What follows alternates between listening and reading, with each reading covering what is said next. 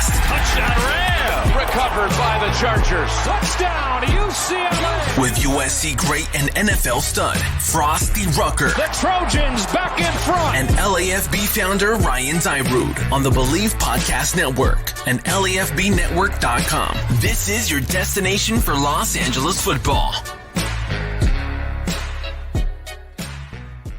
What is going on, Los Angeles? Welcome into the LA Football Show here on a Friday on the LA Football Network and always on drive time at 5 on the mightier 1090 ESPN radio. Thanks for making us a part of your day, part of your drive, your commute.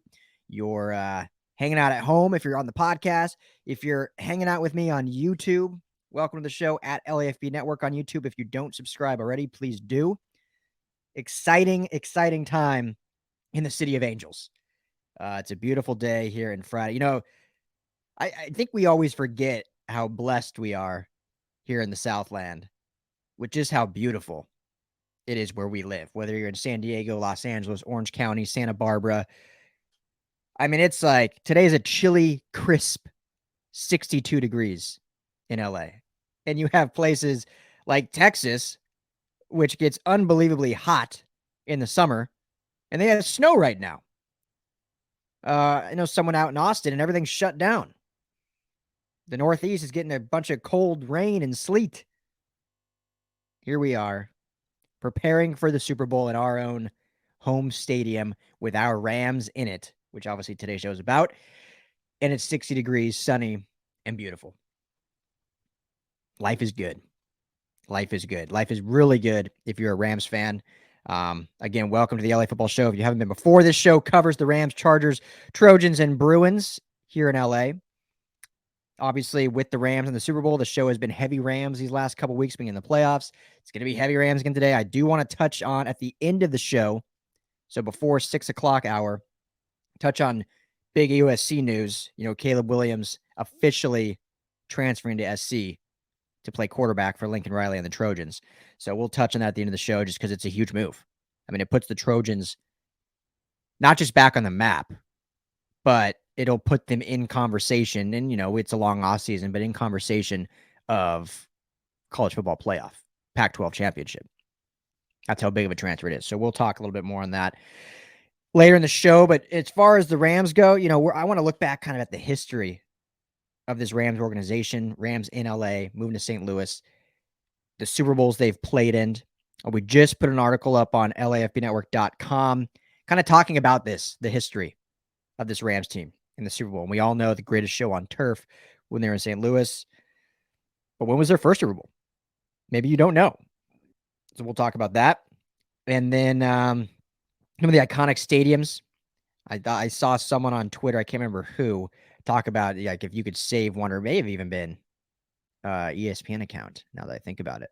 But if you could save one stadium, which would it be? So we'll talk that, have some fun with that. We will get some key matchups between the Rams and Bengals, look at how the Rams will win this game, and some betting advice. I don't want to call it advice. Some betting information, take it as you will. Super Bowl, obviously, probably one of the most heavily betted events in all of sports, in all of history. So if you are a bettor and you're looking for somewhere new to bet on this game, LAFB has a ton of partners in that realm. There will be a link provided in the description. If you're listening on podcast or if you're on YouTube, make sure to go to that link. Or if you're on radio, go to LAFBnetwork.com. The link is in our menu options. So you can just go to LAFBnetwork.com, find it in the menu. It'll say betting, LAFB betting offers.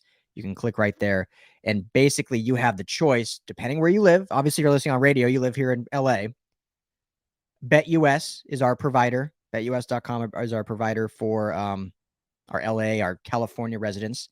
If you're in a betting state, like if you're listening on the East Coast in Jersey, or you're a Rams fan in Colorado or Arizona, well, then you have other options. You have FanDuel, you have DraftKings, you have PointsBet. All that's on there. We have deals with all of them. So make sure to go check that out. You get great sign-up bonuses with BetUS. You get 125% bonus on your first sign-up. So you get free money to play with on all those fun prop bets. You know, who's going to be MVP, what color the Gatorade going to be, what's the coin toss, how long is the national anthem, all that fun stuff that you can throw some money on. So make sure to go to our link. Again, it's in the description below. If you're on radio, go to LAFBnetwork.com, find it in the menu, and you can join that way. So let's talk some history, though, shall we? So LA, it's a city of champions, right? I mean, that's everyone talks about how in order to be successful in this town, you have to be successful product on the field, the court, the pitch, whatever it may be, the ice. And, people talk about it's just there's too much to do in LA. You have Hollywood, you have the beach, the beautiful weather, amazing shopping centers. So if you're putting a bad product on the field, we'll talk football specifically, people just aren't going to care that much. And now around the country, people hear that and say, man, what a wishy-washy fan base. And I don't think that's necessarily true. I think there are obviously fair weather fans that when, teams are good, they're all about it. When they're not good, they're like, oh, okay. But I think there's still a very large diehard fan base regardless. And the Rams particularly have already started establishing that in the 5 years they've been here since 2016. And they've already built a really rabid diehard fan base, and it's going to grow and grow and grow. Now, having an event like the Super Bowl, this is now being their second one, went to one in 2018, just grows that quicker. It's like putting kerosene. Like, I truly believe that LA has a really good fan base of sports fans. It's a great sports town. Everyone talks about it in different light, but it's a great sports town. Like, Dodger fans are diehard. Laker fans are diehard. I mean, you look at the Lakers, it's hard not to be diehard. I mean, you've been spoiled, let's be real. Any Laker fans out there, 18 championships? You've seen Magic Johnson, Kareem Abdul-Jabbar, obviously Kobe, the late, great Kobe, Shaq, now LeBron. Like, you just get littered with these stars. But there was a dark period there, right at the end of Kobe's career to when he retired. Up until, it was a number of years. I'm not a huge basketball guy, but obviously I live in LA. I know the Lakers. I follow basketball. I'm a sports guy. And it wasn't like you weren't selling out Staples Center during that 17-win season. Obviously, people got fed up. People were angry, but tickets to games were still expensive. You were still selling out. And so I think when there's that conversation of the only way you can have success in LA is to win, I think that's a little misguided, but obviously it helps. And in the case of the Rams and the Chargers as well, winning pours kerosene on that fire and just grows the fan base and makes us more diehard quicker, right? Like, anyone that's smart and isn't a talking head on national media or on one of those debate shows, the Skip Bayless shows, anyone that knows anything about sports and growth knows that when these teams came here, the Rams in 2016, the Chargers in 2017, it was going to take time to build a loyal, diehard fan base. The Rams came back, we're here since 1946, left in the 90s. So they had built that fan base, but we're gone for 20 years. Like when any team moves, a lot of fans get mad. A lot of fans followed them to St. Louis. A lot of fans didn't. So those fans, plus any new fans, younger generation, they came up rooting for a different team. So then you come back 20 years later, you don't just all of a sudden, boom, we're in LA, the second biggest market there is. We've got 3.8 million fans, right? Just like that. National media, for some reason, tried to make people believe that. Like there was some issue that there wasn't just an insane fan base immediately. It wasn't like you're taking a football team and, because here's a difference. Let's say you take a football team, you move them to Nebraska. Let's go with that. Omaha, Nebraska, you put a football team there. I would bet the city of Omaha, even though they've never had a team, so you could argue, well, all those people were rooting for different teams, but I would bet most of them would automatically be, we'll just say the Rams fans, if they would move to Omaha, because A, it's their only professional sports team. B, they've never had football, so it's the hottest thing in town to do. And we won't even talk about demographics or what, not demographics, geological things in Nebraska compared to LA. We won't even compare that. But LA, You have these different football fans, but then you also have 12 other sports teams. You have the Dodgers, the Lakers, the Kings, the Clippers, the Ducks, the Angels. I know that's in Orange County, but still they're considered LA. Not to mention the Sparks, who have been great. And then now we've had 2 soccer teams in the Galaxy and LAFC. Oh, and you have USC Trojans, who have been a dominant professional football team here in LA, and UCLA as well. So there's a lot pulling people. So it's going to take time. That's all I'm trying to get at. I'm rambling. But anyone that knows anything knows it's going to take time. Now, the Rams went to the Super Bowl in 2018. Boom. Kerosene on the fire. Elevates the fan base more. Kroenke builds SoFi Stadium. Boom. Kerosene, the most beautiful stadium in the world. And now the Super Bowl is in Los Angeles. And your Los Angeles Rams are playing in the Super Bowl in their home stadium in the city of Angels. Boom. Ultra kerosene. This town already, here it is on a Friday. What is it? 10 days till Super Bowl. Is already electric with the Rams. Electric. Every time I go out, I'm wearing my Bobby Trees shirt. You can get this at LAFBnetwork.com. Check it out. Some nice merch there. I wear this. I wear my LAFB Network hat. Anything Rams. I was out yesterday in Burbank. Shout out Castaway, one of the coolest restaurants in LA. If you haven't been, it's awesome. The views are unreal. The food's great. People coming up. Go Rams. You didn't see that 3 years ago, 4 years ago. People come up to the table just out of nowhere. Hey, sorry to interrupt, but go Rams. Let's get it.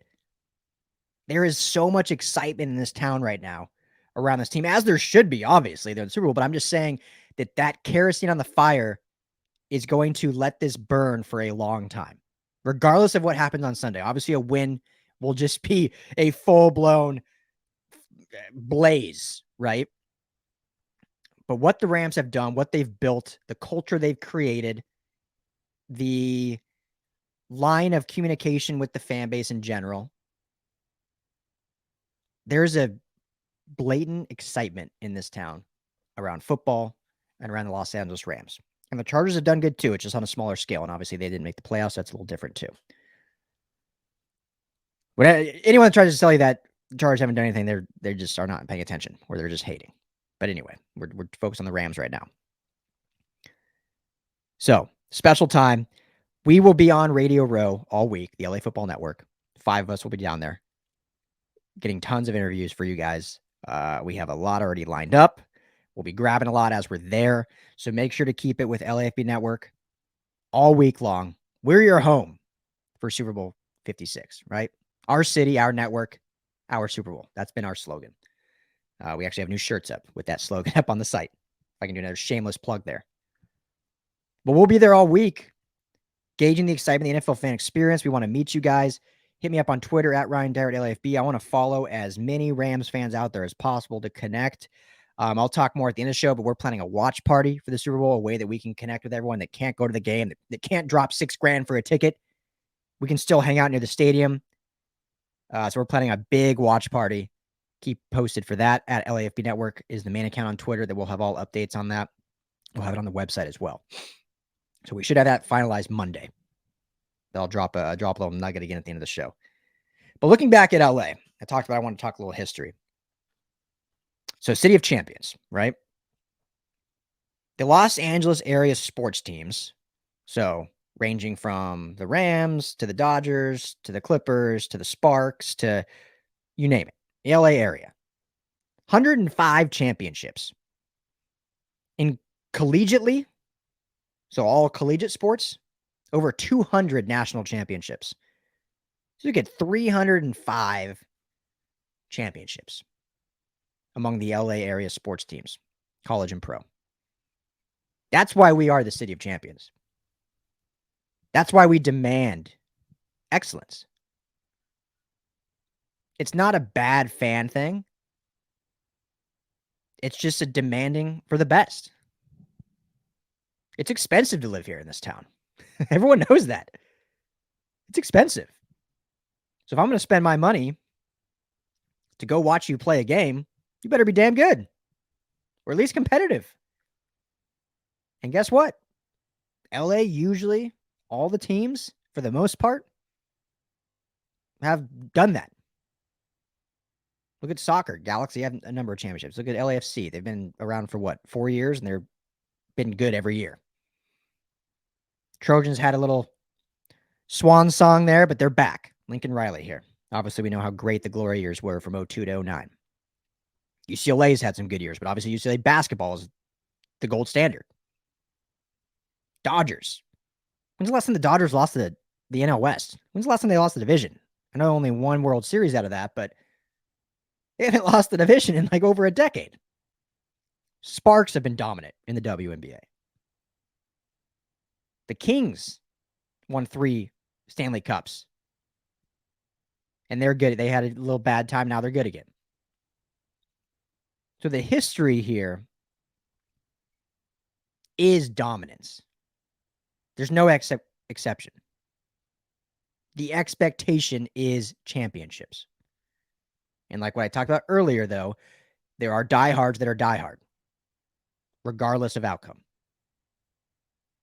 But when the expectation and things are expensive to do around here, the expectation is championships. And now the Rams are in one in the Super Bowl. So looking back at the Rams, for those that don't know, little history lesson here.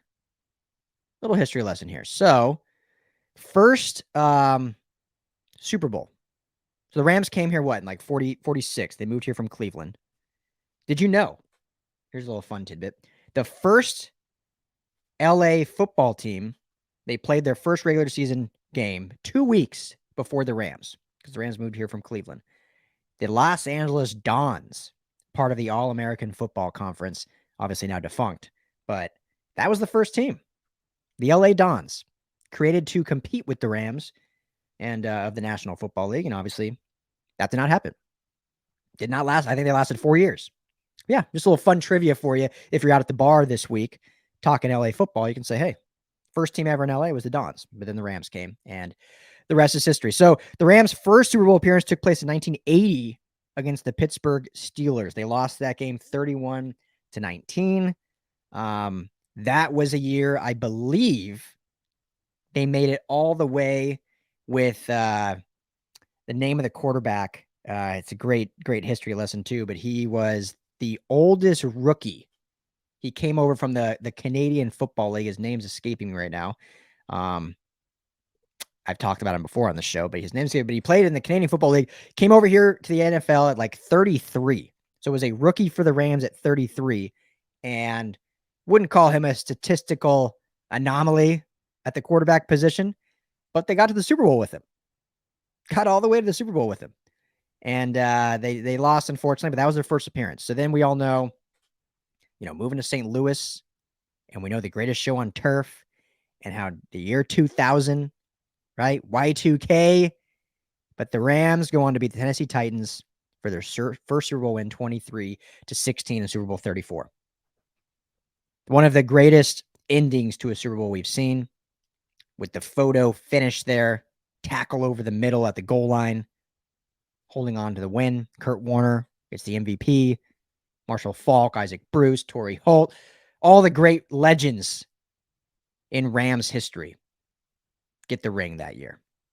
Well, then they go back 2 seasons later, still the greatest show on turf.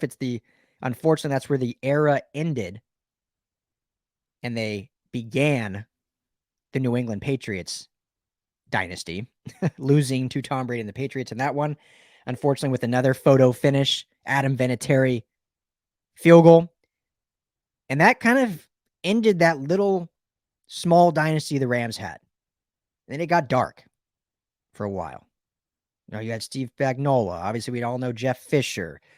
Sam Bradford thought to kind of re-jolt the franchise, but he could never stay healthy, could never make it happen. And then you move back to LA. All those dark years after 2002. Mike Martz obviously was the coach at the time after the Super Bowl win. And you move back to LA, and it becomes now, as great as the greatest show on turf was, I would say this has been the golden era, or the new golden era. We can separate them, I guess. One doesn't have to be better than the other. But it's now been 5 years of winning football, 2 Super Bowl appearances. multiple division championships. So we've reached now this new golden era, this new golden standard of Rams football. 2018, they get to that Super Bowl in just their second year back in LA. Like, you couldn't script it better. If you were Stan Kroenke moving the team here, and your first year went as bad as it did, you draft Jared Goff, you still have Jeff Fisher, you go 4-12, just some bad losses, and then you see what changes. I got to take a quick break. We'll get right back to talking more about that, getting into the key matchups and some betting stuff. So just keep it right here. I'm Ryan Dyrud. This is the LA Football Show. Talk to you in a minute. Welcome back to the LA Football Show, right here on the LA Football Network on the mightier 1090 ESPN radio. Thanks for tuning in, making this a part of your day. Hope everyone's Friday is going fantastic. It's the weekend, baby. We're a week away from Super Bowl 56 right here in Los Angeles, SoFi Stadium. All week long, we will be on Radio Row at the LA Convention Center. They have an awesome fan experience getting set up there. Make sure to come hang out. Let us know if you're there. Hit me up on Twitter at Ryan Dyrud, LAFB. We'd love to come say what up, take a picture. It'd be great to just see the Ramley out there, right? We are planning, as I mentioned at the top of the hour, we are planning a LAFB watch party for the Super Bowl. So for those of you that don't have plans yet, don't know what you can do, but you can't afford $6,000 to get into the game, well, we're going to do a watch party near the game, near Inglewood, near the stadium, where all of us can come hang out, eat great food, drink delicious beer, and watch our Rams hopefully win a Super Bowl. So what I was talking about before we went to break was how we're now in this new golden era of Los Angeles football, of Rams football. Winning seasons every year they've been here. Or excuse me, I said every year they've been here at the bottom of the hour, but the first year was not. Every year that McVay's taken over, but the first year was still Jeff Fisher. The first year of Jared Goff, who Case Keenum started the year. Then we switched to Jared Goff, went 0-7, looked abysmal. It was like the whole experiment of the Rams coming home looked bad. Just like there was so much excitement, and then the brand of football was just boring, horrible. You had Eric Dickerson like boycotting the team and basically getting kicked off the sidelines by Jeff Fisher. Well, then Jeff Fisher gets fired. Sean McVay comes in, and this new hope is created. And he goes 13-3 in his first season with Jared Goff, the first overall pick from the year prior that everyone thought was a bust already after 7 games. Todd Gurley balls out. You get Robert Woods in free agency, former USC great at the Coliseum at USC. Never was able to really take off in Buffalo. Comes here. It's great. It's fantastic. You draft Cooper Kupp a year later. You bring in Brandon Cooks in a trade. Well, then you get all the way to the Super Bowl in year 2 of McVay. Year 2 of McVay, year 3 that the Rams were back in LA. And you do it from a high-flying offense. If you talk about great Rams games of all time, for sure of all time in LA, but probably of all time, period, you can point to during that season, the Rams-Chiefs Monday Night Football game at the Los Angeles Coliseum. And I bring that up just because as we get to the Super Bowl, that was the expectation. This game, for those who don't remember, was supposed to be played in Mexico at the Azteca. The iconic Azteca, it was going to be played at in Mexico City. Well, the grounds crew down in Mexico City, there were some issues from soccer games that had been played previously. I think they got some heavy rains, and the field was deemed unsafe to play on. So last minute, I think it was day of on Monday, maybe Sunday. But no more than 24 hours before kickoff, they decided, well, this was supposed to be a quote-unquote home game for the Rams, even though it was in Mexico. So we're moving it to Los Angeles. Sorry, all you guys that bought plane flights and tickets to Mexico. Enjoy your margaritas at a bar. But we're playing this at the Coliseum. And that happened, and the Coliseum was packed. Last minute notice, Rams fans showed out. And I remember, too, at that time, there's a big wildfire that had just previously happened. And so the Rams organization, and I can't remember who else, maybe other people were involved, but for sure the Rams, maybe some players personally on the side, bought tickets for anyone affected by the wildfire. Not anyone, but a lot of people affected, for firefighters, for first responders. And so there was all those, that great kind of Ramley family camaraderie about a tragedy that just happened. But now you get this Monday Night Football game back in the city, back in LA. And Rams fans showed out. And then we got to witness, I said Rams history, but you could argue NFL history. One of the greatest football games we have seen. A 55-51 win for Jared Goff and the Rams. Where this offense, we had seen greatness the year before. We had seen consistency now in this year. But this was the offensive explosion that truly got LA excited about these Rams. It truly got LA saying, wow, Jared Goff's a good quarterback. Wow, Todd Gurley might be the best running back the Rams have had ever. And that's when you have Eric Dickerson, Marshall Faulk, and Steven Jackson to your name. Jerome Bettis played a few years here at the Coliseum. And that was the year where Todd Gurley looked like the best of all of them. Now we know how his career ended, unfortunately, here, but at that time, that's how good he was those 2 years. The fixture he was in that offense. So you fast forward to the Super Bowl, and it's like, okay, greatness. We just had that great offense explosion against the Chiefs in like week 10. We ran through the playoffs. We got a little lucky against the Saints, little defensive pass interference call didn't get called. A little lucky, but we still had to come back. We still had to go to overtime and win. Offense looked good there. We get to this game like, all right, let's get it. Let's bring a championship to LA. It's been a while. The Lakers hadn't won in a while. The Dodgers hadn't been able to win since 88. They've been good, but they haven't won. LA could be the team in LA to win a championship for the first time in like a decade. I think the Kings were the last one before that. So we're getting close to a decade of no ships here in LA. And the Rams had been here for 3 years back in LA, and they could be the team to break it. Well, then the offense disappears. Kupp is injured, doesn't get a play. Jared Goff looks sloppy. Todd Gurley could never get it going. That was like the end of Todd Gurley, was that playoff run when his knees were just never the same again. CJ Anderson, obviously, we saw what he did in the playoffs, but it just wasn't quite enough. And you lose 13-3 in what gets deemed as one of the most boring Super Bowls to memory. That's not what LA is. LA is not boring, but that's what it got deemed as. And it was boring. I remember watching it at a friend's house with 40 people. And by halftime, no one was even watching anymore. Because these were like new Rams fans that were like, yeah, they're here in LA. We're already in the Super Bowl. We'll be fans. They weren't diehard yet. Boring. But then you come back the next year, miss the playoffs. You go 9-7, so you're still winning season, miss the playoffs. And then you kind of get this tepidness around the Rams. Well, then SoFi opens the next year. But unfortunately, COVID hits. No fans. LA obviously being one of the strictest counties in the country. No fans all year in this beautiful new stadium.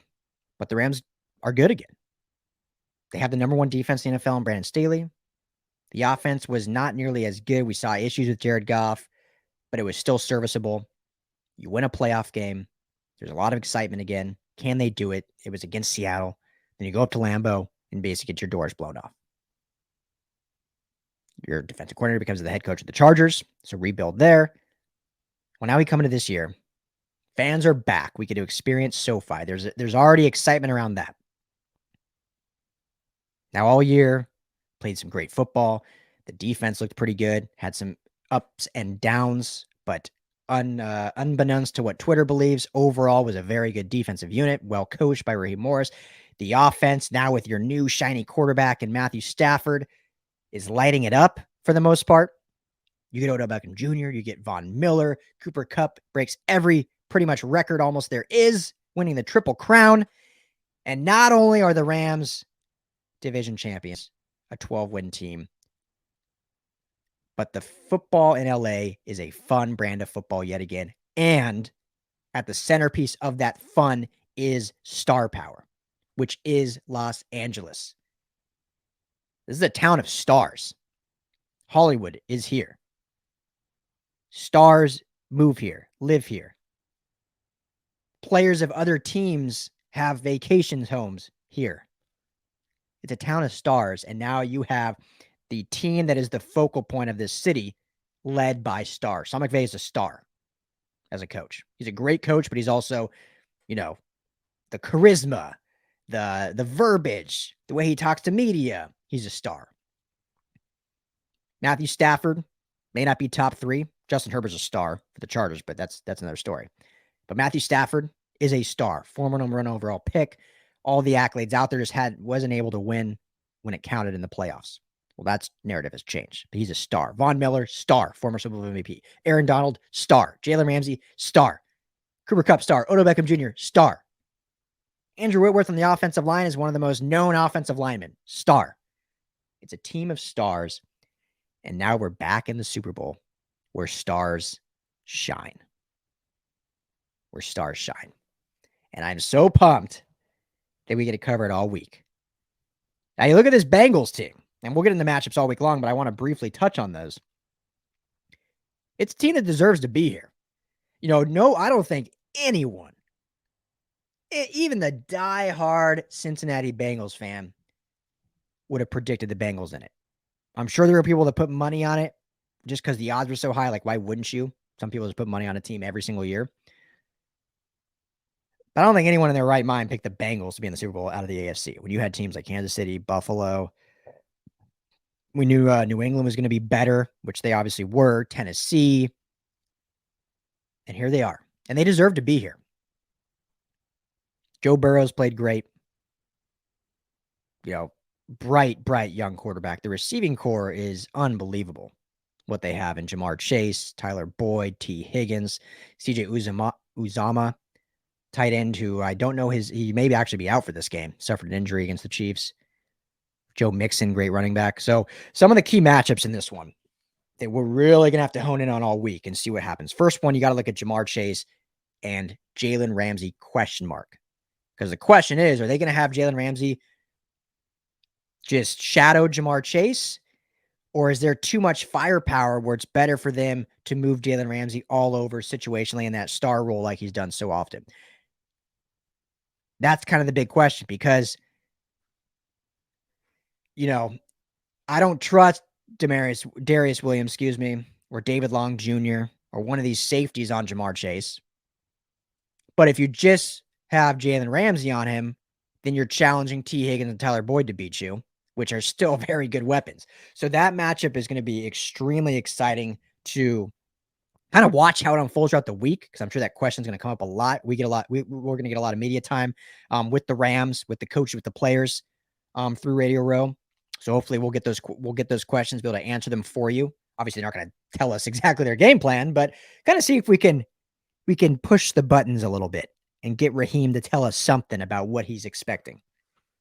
But we'll see. But that's going to be really interesting because if it were me, I would just put Jalen on Jamar Chase because that's how good Jamar Chase is. I'm like, let's just get him out. Let's shut him down. He'll probably still get a few catches, make a couple big plays, but at least if Jalen's on him, it's going to be mitigated. And then I think, are good enough with our depth. I know it's a drop-off from Jalen to Darius and David and such, but I think we're good enough with depth and where we are at the safety position right now, where we would rather challenge T. Higgins and Tyler Boyd to beat us than let Jamar Chase go off and burn us. So that's what I would do. But I'm sitting behind a microphone. I'm not the coach. So we'll see. What would you do? What would you prefer to see? Let me know in the comments. Hit me up on Twitter at Ryan Dyrud LAFB because I'm curious. That's been a lot of talk about this defense is how Jalen Ramsey has been used. That's been one of the big criticisms of Raheem Morris, defensive coordinator, a lot. Is that situationally how they use him. If they shut someone down or use him all over the field, and then you end up seeing guys kind of go off because he's not on them. Other matchup, and this is probably the biggest matchup in favor of the Rams, is Cincinnati porous offensive line against the Rams' dominant defensive line. Against Tennessee, the Bengals gave up 9 sacks. Joe Burrow was sacked 9 times. They still won that game. Incredible when you think about it. Sacked 9 times and you still win the game. That's incredible. I would not be shocked if the Rams can hit that number. Von Miller, Aaron Donald, Leonard Floyd alone, those 3. You add in sprinkle in Justin Hollins, Greg Gaines, who gets great penetration up there in the middle from the nose. Ashawn Robinson, I've talked about a lot, has a good he's play, more in the run stuffing game, but is still formidable. This offensive line is not good. So this is where you mitigate what those receivers can do if you're getting constant pressure and sacking Joe Burrow. It's obvious. It's common sense. I mean, pressure. It's why the edge position is the second highest paid position in football. The edge and the tackles after quarterback. Because those disrupt games. You can have the best receiver in the game. If your quarterback only has 1.7 seconds to throw, he's not going to get the football. So if Aaron Donald, Von Miller, Leonard Floyd, Ashawn Robinson, all these guys can get constant pressure against a pretty porous offensive line, Rams run away with this one. I'll throw that out there. The Rams run away with this one. Joe Mixon against the Rams linebackers. Another matchup I'm looking at. Ernest Jones should be, I would assume he will get every rep in this game after, I know last week played sparingly just because coming off the injury, but with 2 more weeks, he should be fully healthy. Traven Howard, I think, has played real well in his stead. Troy Reeder's the real wild card. And he's obviously talked about a lot among the fan base. And some games he's looked pretty good. Some games really bad. I mean, even against the Niners, it's like his tackling fundamentals are, it's like he just jumps on guys' backs and gets thinking he weighs like 300 pounds and he gets dragged. It's like you need to just get those guys low and get him down. I can't remember how many plays he had a guy tackled and they gained 5 more yards. So Joe Mixon's a very good running back. He's a powerful running back. And if you don't want those 6, 7, 8-yard runs constantly, our linebackers are going to have to do a good job of getting him on the point of contact. And Ernest Jones is one of the best at that in this linebacking core, but Troy Reeder's going to have to be better. And the last matchup I want to mention briefly is Trey Hendrickson. 14 sacks for the Bengals. So whether he's up against Andrew Whitworth or he's on the right side, it's going to be against Rob Havenstein. That's a matchup that we have to really watch for. And if we're keeping Sony Michel or Cam Akers in there, chip, but do not let Trey Hendrickson blow up this game, similar to how the Rams are going to blow up this game from their rushing perspective. So I'm curious, who would you rather have right now in this game, Joe Burrow or Matthew Stafford? Matthew Stafford's been great, but Joe Burrow's looking real exciting. I obviously right now I'm taking Matthew Stafford. He's played phenomenal. He's now 3-3, playoff record, winning 3 straight. He'll go to 4-3 if he wins the Super Bowl. He would, I think, if winning this game, I think puts him in that top 12 argument of all time because he has the stats already there. Now you add a Super Bowl win, you could put him in maybe even the top 10 all time because he still is going to play another 5 years. Joe Burrow looks fantastic, but I'm taking the 13-year vet that is so hungry for this over the second-year player. Super Bowl odds. Remember, go to BetUS to check that out. Rams are 4.5-point favorites. The over-under is 48.5. I'm probably going to change a lot on this. But I think I like the over on this one. Bengals don't have a great defense. I think the Rams should be able to score a lot. Rams have a much better defense, but they'll give up some points here. But you figure if they give up 17 or so to the Bengals, I could see the Rams score. I mean, I don't want to give predictions yet. We have a whole week to break it down ad nauseum. But I like the Rams at 4.5, and I like the over at 48.5. So, should be a great game. Great game. Cannot wait. Thank you all for tuning in. Before we sign off here, got to tell you about one of our new sponsors. It's Nordvpn. What's more important than peace of mind? Nothing. And that's what Nordvpn is here for, to give you peace of mind while you're online. And with all the threats that you face today on the internet, it is more important than ever to be sure that the best VPN you can get is in your pocket. NordVPN is the world's best VPN service, offering the fastest connectivity, most servers, and next-gen encryption to make sure that everything you do online stays secure. Security is huge. So grab your exclusive NordVPN deal by going to that's Nord, VPN.com/believe, BLEAV, or use the promo code on their website, believe, BLEAV, to get up to 70% off your NordVPN plan, plus 1 additional month for free. It's also risk-free with Nord's 30-day money-back guarantee. That's nordvpn.com/believe. Check them out. So we'll be here all week. LA, stand up. Like I said, we are planning a watch party, an LAFB watch party. It's going to be somewhat near the stadium because I think it'd be cool to be down in that area anyway. If we can't get into the stadium or be at the game, still would love to be in the area and be nearby when our Rams win this Super Bowl and bring another title to the city of champions, Los Angeles. So keep it right here, LAFB Network, for updates. We should be finalizing it either today or Monday. So we will let you know, but we'd love to pack the place we're going to be at. Love to have all Rams fans. If you want to rep some Rams merch, you don't have any yet, and you don't want to buy, strictly Rams jerseys or whatnot, LAFBnetwork.com. We got you covered. We got this Bobby Trees shirt. We got an Andrew Whitworth shirt. Or we also have a new Super Bowl designed, Our City, Our Network, Our Super Bowl, with beautiful SoFi Rams colors. You can pick all those up at LAFBnetwork.com/locker room. It's LAFB-locker-room if you want the real code. But I'll put the link in the description below. So appreciate you all. Thank you for tuning in. This is the LA Football Show. I'm Ryan Dyrud. Again, follow us all week long as we will be on Radio Row. Cannot wait to connect with you guys. See you hopefully at our watch party. And as always, go Rams. I'm Ryan. I'm out. Peace.